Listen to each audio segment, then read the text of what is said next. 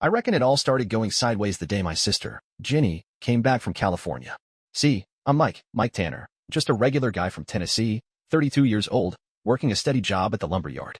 I ain't got no fancy degree or big city stories, but I've always been the one holding things together for my family.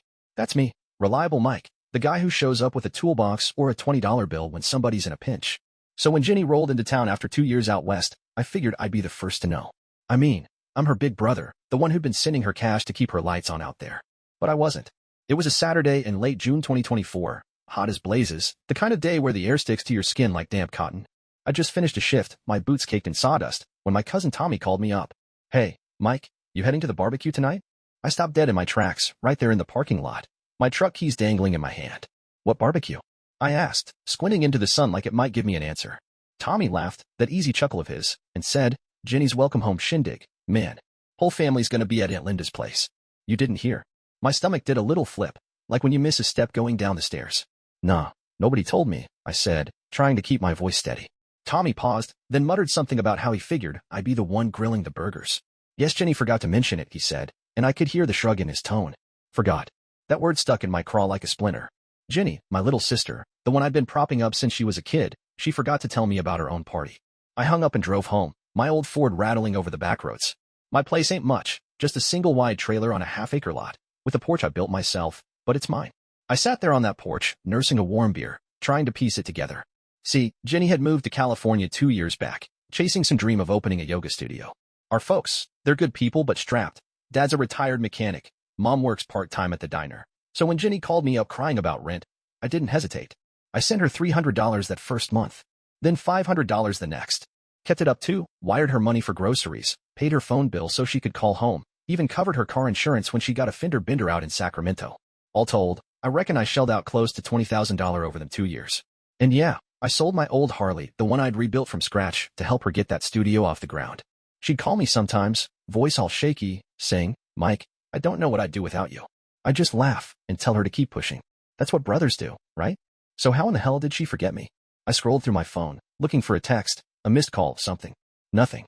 But then I opened Facebook, and there it was, plastered all over the place. Pictures from Aunt Linda's backyard. String lights twinkling, a big OL smoker pumping out ribs, Ginny grinning ear to ear in a sundress, hugging Mom and Dad. The caption from Aunt Linda read, welcoming our California girl home. So proud of Ginny, love this family. I kept scrolling. Uncle Ray was there, sipping a beer. My buddy Pete from high school, holding a plate of coleslaw. Even Mrs. Carter, the nosy old lady next door who Ginny used to complain about, was in a group shot, smiling like she'd won the lottery. But me? Not a single tag. Not a mention. Like I didn't exist. I sat there, staring at my screen, the cicadas buzzing loud in the trees. My beer went flat. I tried calling Ginny straight to voicemail. Then I texted Tommy back. Hey, you sure I was supposed to be there? His reply came quick. Man, I dunno. Ginny said she invited everybody. Maybe she thought you were working late. Working late? I'd been off by noon. She didn't even check. That's when it hit me like a sledgehammer to the chest. All them late nights I stayed up, wiring money through my phone while she rambled about her dreams. All them times I skipped fishing trips with the boys to make sure her rent cleared. 2 years of me pouring everything I had into her, and she didn't even think to toss me an invite. I wasn't mad yet, not really. More like numb. I shut off my phone, grabbed another beer, and sat there till the stars came out, wondering how I'd turned into a ghost in my own family. Next morning, I called Mom. Figured she'd have some kind of explanation. Hey, Ma, what's with Ginny's barbecue? Nobody told me nothing. She sighed, that tired sound she makes when she's washing dishes. Oh, Mike, it was last minute. We didn't think you'd want to come. You're always so busy. Busy? There it was again. I ain't that busy, I said, my voice tighter than I meant it to be. Well, she went on, you helped Ginny so much out there. We figured you'd be fine sitting this one out. She's been through a lot, you know. Been through a lot. Like I hadn't. I hung up and stared at the wall. That's when I decided, screw it. If they didn't want me at their party, I'd make my own plans. I'd always wanted to take a fishing trip up to Kentucky Lake, just me and the water.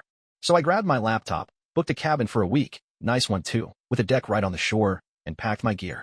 Didn't tell a soul. Day after that, I was gone, driving north with my rod and a cooler of sandwiches, leaving their barbecue smoke behind me. I didn't know it yet, but that trip was going to be the start of something bigger, something that'd flip my whole world upside down. So there I was, hauling my beat-up Ford up Highway 79 toward Kentucky Lake, the windows down and the smell of pine whipping through the cab. It was Monday, June 24th, 2024, 2 days after Ginny's big barbecue I wasn't invited to. I'd thrown my fishing gear in the back, my old rod, a tackle box I'd had since I was 15, a couple nets, and a cooler with enough ham sandwiches and Bud Light to last me a week. My trailer was locked up tight back in Tennessee, and I hadn't told a single soul where I was headed. Not Mom, not Dad, not even Tommy. Felt good, in a weird way, like I was pulling a fast one on everybody who'd forgotten me. The cabin I'd booked was a beauty, cedar logs, a sloped roof, and a deck hanging right over the water. Cost me $800 for the week, which stung a little, but I figured I'd earned it after all I'd shelled out for Ginny. I got there around noon, the sun beating down on the lake like it was trying to fry it. I unloaded my stuff, kicked off my boots, and cracked a beer before I even unpacked. Stood there on that deck, watching the water ripple, little bass jumping now and then. It was quiet. Real quiet. Not the kind of quiet that makes you antsy, but the kind that settles into your bones and says, hey, you're all right here. I spent that first day fishing. Set up my chair on the dock, cast my line, and just let the world fade out. Caught a couple smallmouths, nothing worth bragging about, but it wasn't about the fish. It was about the stillness. No phone buzzing, no family drama, no Ginny whining about her latest crisis. I left my cell in the truck, turned off, and I didn't miss it one bit. That night, I grilled one of the fish on a little charcoal setup the cabin had, ate it with some bread and butter, and sat out there till the fireflies showed up. Felt like the first deep breath I'd taken in years. See, back home, I'd always been the guy who fixed stuff. Not just leaky faucets or flat tires, though I did plenty of that, but people's messes. When Jenny was 19 and got evicted from her first apartment, I drove 3 hours to Knoxville, paid her landlord off, and moved her crap into my trailer till she got back on her feet. When Dad's truck broke down and he couldn't afford the shop, I spent a weekend under the hood, cursing and sweating, till it ran again. And Ginny in California? That was a whole other level. I'd stay up late after work, balancing my checkbook to make sure I could send her what she needed. Mike, you're the best, she'd say, all teary over the phone. I'll pay you back someday, I swear. Never did, though. Not a dime. I reckon I didn't mind so much back then. Felt like my job, you know? I'm the oldest, Mom had me at 20, Ginny at 26, and they always leaned on that. Mike's got a good head on him, Dad would say, like I was born to carry the load. Mom chime in, you're the rock, Mikey. We'd fall apart without you. Funny thing is, I bought it. Thought that's what love looked like, giving till you're empty, then finding a way to give more. But sitting there by that lake, watching the moon bounce off the water, I started wondering if I'd been wrong about that. Tuesday rolled around, and I kept the same routine. Fished all morning, cooked a sandwich for lunch, napped in a hammock I found strung up between two oaks. The quiet got louder, if that makes sense. Started hearing my own thoughts, ones I'd shoved down deep. Like how Ginny never once asked how I was doing out there in California. How Mom and Dad bragged about her yoga studio to everybody at church, saying, our girl's making it big, but never mentioned I'd bankrolled the whole damn thing. How I'd canceled plans, dates, trips, hell, even a Titans game once, to bail them out, and they acted like it was nothing. By Wednesday, I was hooked on that solitude. Didn't even turn the radio on. Just me, the lake, and the fish. But then, late that afternoon, I caved and checked my phone. Had to drive up to the main road to get a signal, cabin didn't have Wi-Fi. Thank God. But I figured I'd see if anybody noticed I was gone. Big mistake. My screen lit up with notifications. Text from Mom. Mike, where you at? Jenny's been asking. A voicemail from Dad. Son, you all right? Call us back. Even one from Tommy. Dude, you missing out. Jenny's telling stories about Cali. It's wild. Nothing about the barbecue, though. No, hey. Sorry we didn't invite you. Just them wondering where their errand boy went. Then I saw the pictures. More Facebook posts, Jenny at Aunt Linda's, cutting a cake with welcome home. Iced on it. Mom hugging her tight. Dad grinning like he'd won the Powerball. Another caption. Family's whole again with our Jenny back. Whole again. I stared at that one a long time, my thumb hovering over the screen. Whole again. Huh? Guess I wasn't part of that equation. I shut the phone off, tossed it in the glove box, and drove back to the cabin. Didn't cry or yell, just sat there on the deck, letting the dark close in, feeling something shift inside me. That's when I decided I wasn't going back to how things were. I'd spent years being the guy who shows up, who pays up, who shuts up. But out there, with the water lapping at the dock and the crickets singing, I realized I didn't owe them that. Not anymore. I didn't know what was coming next, didn't have a plan beyond frying up another fish for dinner, but I knew one thing. Mike Tanner wasn't going to be invisible no more. And if they didn't see that, well, that was on them. It was Thursday, June 27th, 2024, my fourth day at Kentucky Lake, and I'd settled into a rhythm out there. Wake up with the sun, fry some bacon on the cabin's little stove, fish till noon, then kick back with a beer and watch the clouds drift. I ain't never been one for sitting still, always had a wrench in my hand or a bill to pay, but that lake was teaching me something. It was like the water didn't care who I'd been back home. Didn't need me to fix nothing, didn't ask me to send a dime. It just let me be. And I was starting to like that. I'd been keeping my phone off, tucked away in the truck like a bad habit I was trying to quit. Worked fine till that afternoon when the sky turned gray, and a drizzle started tapping on the cabin roof. Figured I'd check the weather, didn't want to get stuck out on the dock if a storm was brewing. So I trudged up to the main road, fired up my cell, and waited for the bars to pop. That's when the real storm hit. Not rain or thunder, but my damn family blowing up my inbox like I'd robbed a bank and skipped town. First was a text from Mom, sent Tuesday night. Mike, you ain't answering. Jenny's worried sick. Worried sick? Huh? Funny, she didn't seem too worried when she left me off her barbecue list. Then Dad, Wednesday morning. Son, this ain't like you. Call your mother. She's fretting. Fretting. I could picture her pacing the kitchen, wringing her hands like I'd gone missing in a war zone. Then a voicemail from Jenny herself, timestamped just an hour ago. Hey, Mike, it's me. Where you at? Everybody's asking, and I feel awful. Call me back, okay? Her voice was all soft and shaky, like she used to sound when she'd beg me for cash. I snorted, shook my head, and kept scrolling. Facebook was worse. Jenny posted a picture of her and Tommy at Aunt Linda's, arms around each other, with a caption, missing my big brother Mike tonight. Hope he's okay. Tagged me and everything. Comments piled up, Uncle Ray saying, tell Mike to get his butt back here. Some church lady writing, praying for you, Michael. Even Pete chimed in, dude, you alive? I stared at that screen, rain streaking down my windshield, and felt my jaw tighten. Missing me now, were they? Where was all that love 4 days ago when they were scarfing ribs and clinking beers without me? I reckon I should have felt flattered, family noticing I was gone, Jenny playing the sweet little sister card. But it didn't sit right. Felt more like they were mad I'd stopped being their go-to guy. Like I'd broken some unwritten rule by taking off. I'd spent years being the one they called when the power got shut off or the car wouldn't start. Remember that time Jenny's studio flooded? I sent her $1,200 for a new floor, stayed up all night texting her pics of laminate options so she wouldn't lose her lease. Or when Dad's arthritis flared up and he couldn't work. I covered their mortgage for 3 months, ate ramen for weeks to make it stretch. Never got a thanks, Mike, that lasted longer than a handshake. Now here they were, acting like I owed them an explanation for breathing my own air. I shut the phone off, didn't even check the weather, and drove back to the cabin.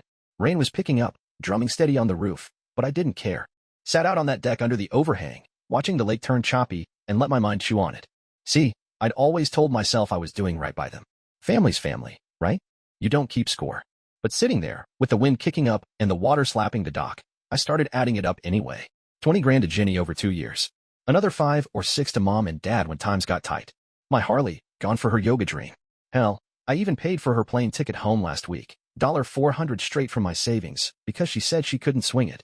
And what did I get? A Facebook post saying she missed me after I'd already left. The rain got harder, and I went inside, lit a fire in the little wood stove, pulled out a notebook I'd brought, meant to jot down fishing spots, but I hadn't used it yet, and started writing. Not a letter or nothing fancy, just numbers. Dates I'd sent money, amounts, what it was for. Took me an hour, and by the time I was done, the page was full. Looked like a damn ledger. $300 here, $500 there, $1,000 when Jenny's car died. Added it up, $26,400, give or take. That's what I'd poured into them, quiet as a mouse, thinking it'd keep us tight. And they couldn't even toss me an invite to a backyard cookout. I tossed the notebook on the table, grabbed another beer, and sat by the fire. The storm outside was raging now, thunder rolling, lightning cracking over the lake, but I felt calm. Not happy, not mad, just clear. Like I'd been staring through a foggy window my whole life and somebody finally wiped it clean. They didn't miss me, they missed what I did for them. Jenny wasn't worried sick, she was worried her safety net had a hole in it. Mom wasn't fretting, she was pissed her fix-it guy wasn't on call. And Dad? He just didn't like the boat rocking. I decided right then I wasn't calling back. Not yet. Maybe not ever. I'd finish my week at the lake, soak up that quiet, and figure out what Mike Tanner wanted for once. Not what they needed, not what they expected, what I wanted. The rain slowed to a drizzle, and I stepped back out on the deck, the air cool and thick with that after-storm smell. Watched the lake settle, smooth as glass again, and felt something settle in me too. Whatever mess they were stirring up back home, it wasn't mine to clean. Not this time. Friday, June 28th, 2024, rolled in quiet and clear, the storm from the night before leaving the lake sparkling like somebody dumped a bucket of diamonds on it. I woke up early, made coffee in the cabin's rusty percolator, and took it out to the deck. The air was crisp, birds chirping like they were celebrating the sun coming back. I'd slept hard, better than I had in months, and for the first time in forever, I didn't feel that knot in my gut, the one that always showed up when I knew somebody needed something from me. That morning, it was just me and the water, and I was starting to think maybe that's how it ought to stay. I'd left my phone off since that mess of texts yesterday, but around noon, I figured I'd better check it again. Drove up to the road, turned it on, and braced myself. Sure enough, more messages. Mom, Mike, this is ridiculous. Answer us. Dad, son, we're family. You don't just disappear. Jenny sent a long one. Hey, I'm sorry if I upset you. I didn't mean to leave you out. It was crazy planning everything. Please come home. We need to talk. Then Tommy, short and sweet. Dude, Jenny's freaking out. Says she messed up. You good? I read 'em all, one by one, and felt my jaw tighten. Sorry if she upset me. Didn't mean to leave me out. Sounded like the same old Jenny, big tears, bigger excuses. I didn't reply. Not because I was mad, though I was getting there, but because I didn't know what to say yet. Back at the cabin, I grabbed my rod and went fishing again, letting the rhythm of casting settle my head. Caught a decent largemouth, about 3 pounds, and grinned like a kid as I tossed it back. That's when it hit me. I didn't owe them an answer. Not after all I'd done. See, I'd spent years jumping when they called. Jenny's car breaks down? Mike's got it. Mom's short on grocery money? Mike's there. Dad needs a new battery for the mower? Mike's pulling out his wallet. And what did it get me? A sister who didn't mean to forget me and parents who acted like I'd committed a crime by taking a week for myself. I sat on the dock, the sun dipping low, and pulled out that notebook again. Flipped past the ledger I'd made, $26 for 100, still staring me in the face, and started writing something else. Not numbers this time, but a list. Stuff I'd given up for them. My Harley, top of the heap, sold it for $4,000, handed every penny to Jenny for her studio. Missed my buddy Jake's bachelor party, cause I was driving Dad to a doctor's appointment 2 counties over. Skipped a promotion at the lumber yard, cause it meant longer hours, and I couldn't be on call for the family if I took it. Even little things, like the time I canceled a date with Sarah, this sweet gal from church, cause Jenny needed me to talk her through a fight with her boyfriend over Skype. Added it all up, and it wasn't just money they'd taken. It was pieces of my life. That night, I cooked the last of my bacon and sat by the fire, thinking hard. I wasn't going back to that. No more being the guy who says yes every time they snap their fingers. But I couldn't just ghost forever, family's family, even when they're a pain in the ass. So I decided to draw a line. I'd go home Sunday, end of my trip, and lay it out straight. No more cash, no more favors, no more dropping everything to play hero. If they wanted me around, it'd be as Mike, not as their damn ATM. Saturday morning, I packed up slow. Cleaned the cabin, swept the deck, made sure I left it better than I found it. Felt good, like I was tying up loose ends in more ways than one. Then I sat down with my coffee and wrote a text, not to send yet, just to have ready. Hey, I'm fine. Been at the lake. Needed a break. Coming home tomorrow. We gotta talk, but things are changing. No more handouts. I'm done being the fix-it guy. If you want me in your lives, it's gotta be different. Read it over a few times, nodded to myself, and saved it in my drafts. Felt like a weight lifting, even if they hadn't seen it yet. That afternoon, I fished one last time. Caught nothing big, but it didn't matter. The lake had given me something better, clarity. I'd been running on empty for years, pouring myself out for folks who didn't even see me. And for what? So Jenny could smile pretty at a barbecue I wasn't invited to? So Mom and Dad could brag about their California girl while I ate dust? Nah, I was worth more than that. Always had been, just didn't know it till now. As the sun set, I cracked my last beer and watched the sky turn orange over the water. Felt like a new start, like I was shedding an old skin. I didn't know how they'd take it, probably kick up a fuss, call me selfish, guilt me 6 ways to Sunday. But I was ready. I'd drawn my line in the sand, and I wasn't stepping back over it. Tomorrow, I'd head home, face him down, and see what happened. For once, it wasn't about what they needed. It was about what I deserved. Sunday, June 30th, 2024, I woke up before dawn at the cabin, the lake still as a mirror outside. Packed my gear, locked up, and hit the road by 6, the Ford's engine grumbling like it knew I wasn't thrilled about heading back. That week at Kentucky Lake had been a lifeline, quiet, simple, mine, and now I was driving straight into the mess I'd left behind. My phone stayed off in the glove box, that draft text still sitting there, unsent. I'd hit send when I got closer to home, give him a heads up I was coming. Didn't want him thinking I'd chickened out. The drive took 3 hours, and I pulled into my trailer's gravel lot around 9. Tennessee heat was already creeping up, the kind that makes your shirt stick to your back. I unloaded my stuff, took a quick shower, and sat on my porch with a glass of sweet tea, staring at the text I'd written. Hey, I'm fine. Been at the lake. Needed a break. Coming home tomorrow. We gotta talk, but things are changing. No more handouts. I'm done being the fix-it guy. If you want me in your lives, it's gotta be different.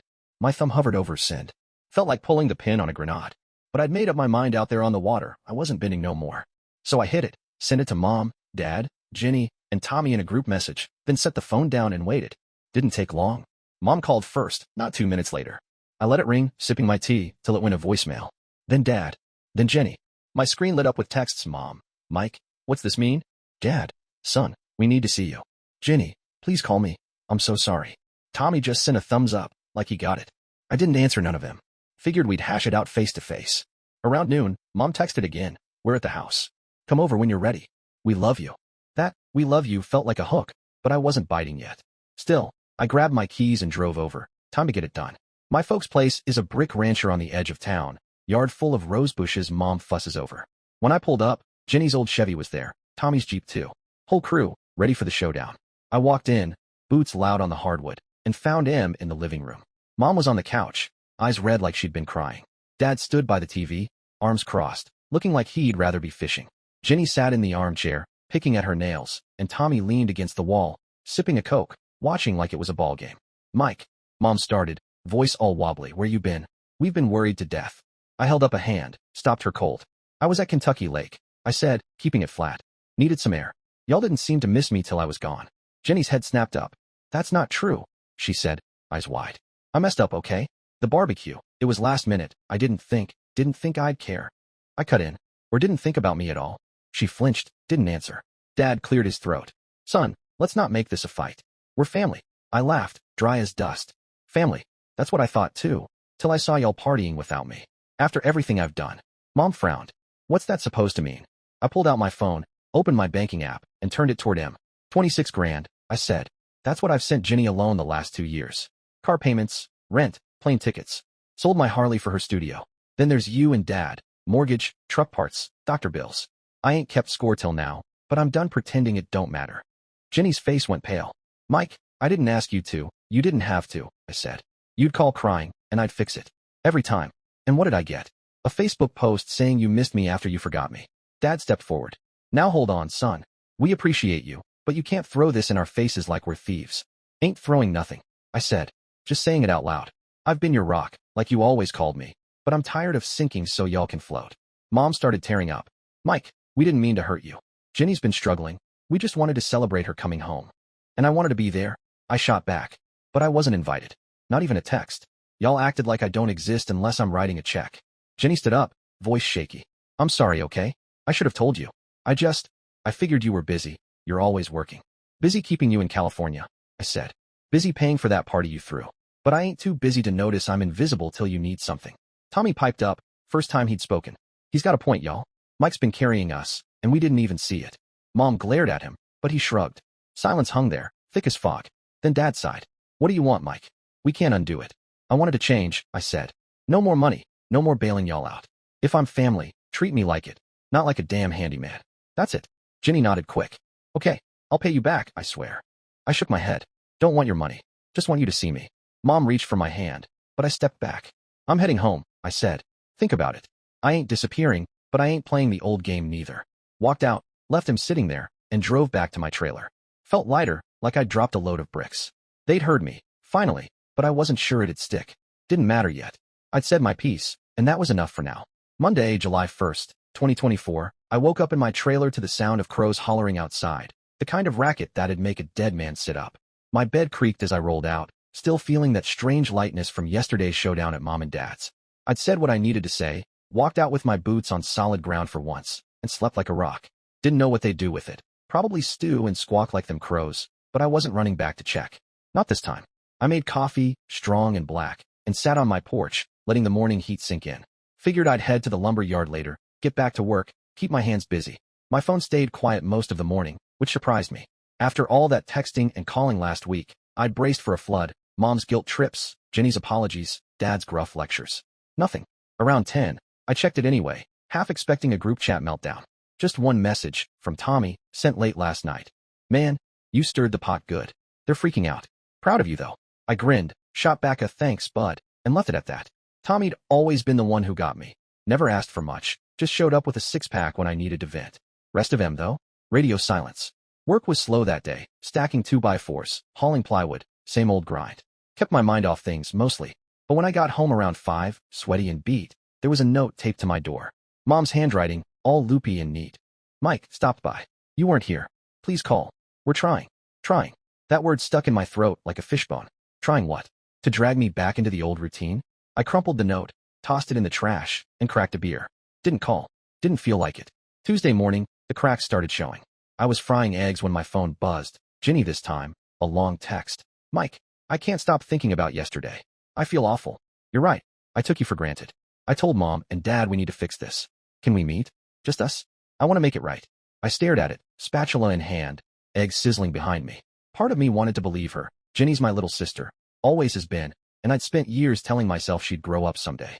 But the other part, the one that had woke up at the lake, wasn't buying it. Make it right sounded nice, but what did that mean? More tears and promises she wouldn't keep? I texted back, short. Maybe. I'll think on it. Didn't commit. Wasn't ready. By Wednesday, the quiet broke wide open. Mom called while I was at work, left a voicemail. Mike, it's me. Ginny's a mess. Says she's moving out again if we don't sort this. Dad's mad at me for not telling you about the barbecue. We're falling apart. Come over tonight, please. Her voice cracked at the end, and I felt that old tug. Fix it. Mike, make it better. But I didn't call back. Then Dad texted. Son, your sister's talking crazy. Says she don't belong here. You started this. You gotta help. Started this? That lit a fire in me. I hadn't started nothing. They built this mess years ago, piling it on my back till I finally shrugged it off. That night, I stayed home, grilled a burger on my little propane rig, and watched the sun dip behind the trees. Phone kept buzzing. Jenny now, calling twice. Then a text. Mike, I'm at Mom's. I'm leaving tomorrow if you don't talk to me. I'm sorry, I swear. I didn't answer. Let it sit. Thursday morning, Tommy swung by my place before work, leaned on his Jeep while I watered my scraggly tomato plants. Man, it's a circus over there, he said, shaking his head. Jenny's packing her bags, says she's heading back to Cali. Aunt Linda's blaming you, says you're tearing the family up. Uncle Dave's just drinking and yelling at the TV. I set the hose down, wiped my hands on my jeans. They think I'm the bad guy? Tommy shrugged. Kinda. Jenny's playing the victim, crying about how she let you down. Your mom's saying you're too hard on him. But I told him, they didn't see you, man. Not till you walked away. I nodded slow. She really leaving? Looks like it, he said. Booked a flight for tomorrow. Says she can't stay if you hate her. Hate her. That stung, but I didn't correct it. Let them think what they wanted. Friday hit, and Jenny was gone. Mom called me at lunch, voice all tight. Mike, she left. Flew out this morning. Said she couldn't face you. What did we do to deserve this? I gripped the phone, standing by my truck in the yard's parking lot. I didn't run her off, Mom. She made her choices. Y'all did too. But we need you, she said, almost a whisper. No, I shot back, sharper than I meant. You needed my wallet. I'm still here, just not like before. Hung up before she could argue. That night, I sat on my porch, beer in hand, watching fireflies blink in the yard. Family was cracking, Jenny bolting, Mom and Dad scrambling, and I didn't feel good about it. But I didn't feel bad neither. They built their world on me bending over backwards, and now that I'd stood up straight, it was all tumbling down. Tommy was right. I'd stirred the pot. But it wasn't my job to clean it up. Not anymore. Saturday, July 6th, 2024, I woke up to a quiet I hadn't felt in years, not the late quiet, but something deeper, like the air itself knew I'd cut the strings. Jenny was gone, back to California, and the family was reeling. Me? I was just sitting on my porch with a mug of coffee, watching the sun climb over the pines. No buzzing phone, no panicked voicemails, just the hum of crickets fading out. It had been a week since I laid it out for him at Mom and Dad's, and the dust was finally settling. I wasn't sure what I'd built yet, but it felt like mine. Friday night, after Mom's call about Jenny leaving, I turned my phone off for good. Didn't need it blowing up no more. Figured if they wanted me bad enough, they'd show up at my door. Nobody did. Guess they were too busy pointing fingers, Mom at Dad, Dad at Jenny, everybody at me. Tommy texted me late that night, though, before I killed the power. Dude, it's nuts. Jenny's gone. Your folks are a mess. They're acting like you burned the house down. I'm staying out of it. You good? I shot back. Yeah, I'm solid. Thanks for checking. That was it. Tommy been the only one who didn't treat me like a villain or a bank, and I appreciated that more than he'd know. Sunday morning, I went to work like usual. Lumberyard don't care about family drama. Stacked boards, drove the forklift, clocked out at 5. Felt good, keeping my hands busy while my head sorted itself. When I got home, there was a letter in my mailbox, no stamp, just my name scratched on the envelope. Dad's writing, blocky and rough. I opened it on the porch, beer in hand. Mike, it read, Jenny's gone, and your mother's tore up. I don't know what you want from us. We ain't perfect, but we're family. You're breaking her heart disappearing like this. Come by when you can. Dad. I folded it up, set it on the railing, and watched the wind tug at it. Breaking her heart. Funny how they only noticed mine when I stopped fixing theirs. Monday, I decided to clear the slate. Drove to the bank after work, canceled the old joint account I'd let Jenny use back in the day, still had my name on it, though she drained it dry. Changed my phone plan too, cut off the extra line I'd kept for her. Little things, but they felt big, like snipping the last threads of a rope I'd been tangled in. That night, I cooked a steak, rare, the way I like it, and ate it alone at my rickety kitchen table. Didn't feel lonely, though. Felt free. By Wednesday, word got around town. Pete from high school swung by the yard at lunch, leaned on my truck while I ate a sandwich. Heard Jenny split, he said, chewing a toothpick. Folks saying you chased her off. I shrugged. She chased herself off. I just stopped chasing after her. He nodded slow, like he got it. Your mom's telling everybody at church you're mad at God or something. I laughed, first real laugh in days. Ain't mad at God. Just tired of playing savior for people who don't say thanks. Pete grinned. Fair enough, man. You doing all right? Yeah, I said, and meant it. Better than I've been in a while. Thursday night, Mom showed up. Pulled into my lot in her old Buick, stepped out with a Tupperware of cornbread like it was a peace offering. I was on the porch, whittling a stick with my pocket knife, when she walked up. Mike, she said, voice soft, can we talk? I nodded, didn't get up. She sat on the step, set the cornbread beside her. I'm sorry, she started. For the barbecue, for not seeing you. Jenny's gone, and I don't know how to fix it. I didn't mean to lean on you so hard. Her eyes were wet, but I didn't budge. I know you didn't mean it, I said. But you did. All of y'all. I ain't mad no more, Mom, but I ain't going back neither. She nodded, wiped her face. What's that mean for us? Means I'm here, I said. But not like before. No more money, no more running when you call. You want me around. It's gotta be real. She sat quiet for a minute, then stood. I'll try, Mike. We'll try. Left the cornbread and drove off. I ate it later, still warm, damn good, and felt a flicker of something. Not hope, not yet, but maybe a start. A month later, August 6th, 2024, I was still standing. Jenny hadn't called. Heard through Tommy she was back in Cali, shacked up with some yoga guy, pretending Tennessee didn't exist. Dad sent a text once, short, fixing the truck. Could use your hands if you're free. I didn't go, but I replied, good luck with it. Mom stopped by now and then, brought food, didn't ask for nothing. It was slow, awkward, but it was something. Me, I kept working, kept fishing on weekends, even took Sarah from church out for coffee. She laughed at my dumb jokes, and I reckon I might ask her again. I posted a picture that morning, me on the lake from my trip, rod in hand, sun setting behind me. Captioned it. Found my own spot. Ain't waiting for an invite no more. Got a bunch of likes, Pete, Tommy, even Sarah. Mom commented, looks peaceful, Mike. Jenny didn't. Didn't matter. I'd built my own road, paved it with quiet and sweat, and I wasn't looking back. They could walk it with me if they wanted, but I wasn't carrying him no more. For the first time, I was enough, just Mike, nothing extra, and that was plenty.